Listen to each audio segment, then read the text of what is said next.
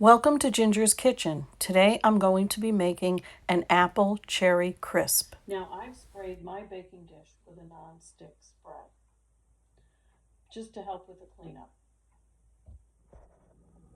Okay, so now I have the rectangle pan and I probably used 4 or 5 apples.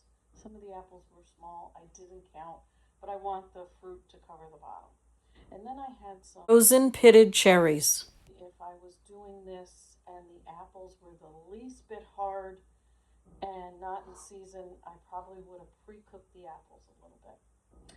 So there's apples, frozen pitted cherries, there's a sprinkle of cinnamon, and I'll try to estimate the exact amount, but when I'm cooking, I just kind of go along, and I don't, for those kinds of things, I don't always measure.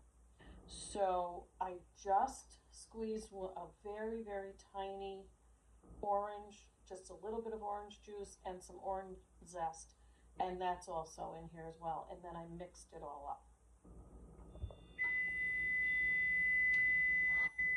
Now that means my oven is preheated. I'm baking it at 375, but everybody's oven's different, so you have to judge your oven.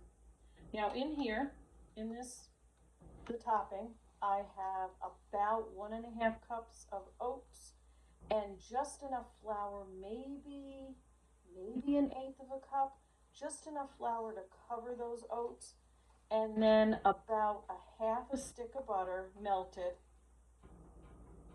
And instead of any kind of sugar in here, I put 2 tablespoons of maple syrup in a microwave safe dish, these little dishes that I use, and I microwave the maple syrup so that it gets a little looser and it mixes up better.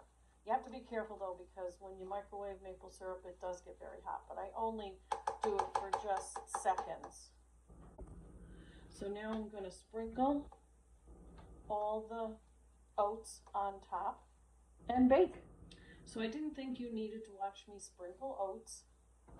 I don't, the videos that I watch, the cooking videos, I guess because I like to cook myself, I don't really want to watch somebody cut apples, 5, 6 apples. We all know how to cut an apple. And of course, the apples were cored.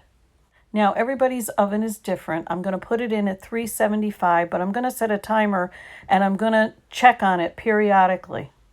And then at the end of the video, I'll let you know how long it took in my oven. Also, it's a little thin. I probably would have made it closer to the top, maybe another inch taller, more fruit. The reason I didn't is there's not many people eating this, and I do not want a whole dish of this to myself.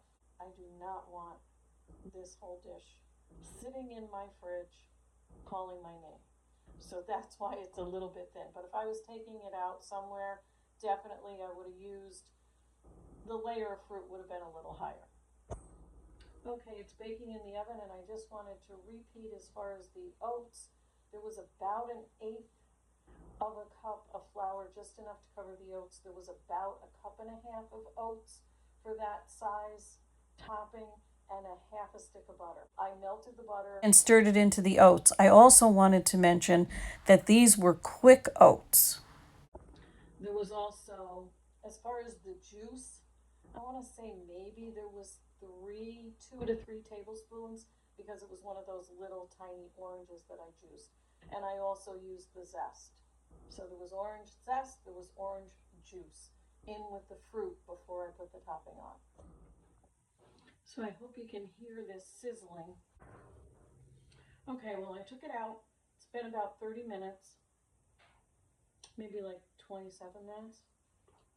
I tested one of the apples, not quite as done as I like it. I like my apples super done. I do not want a chewy or crunchy apple when I eat a dessert like this. Okay, well, it's sizzling and it's nice and brown. And I'm going to test the apples. Now for me, I'm going to go back to my original way of doing it and pre-cooking the apples and getting some juice going. I think if I had pre-cooked the apples and with the cherries a little bit, it would have and the orange juice, it would have been juicier the way I like it. It came out a little dry for me. So it came out of the oven in about 35 minutes, but the fruit layer was pretty thin.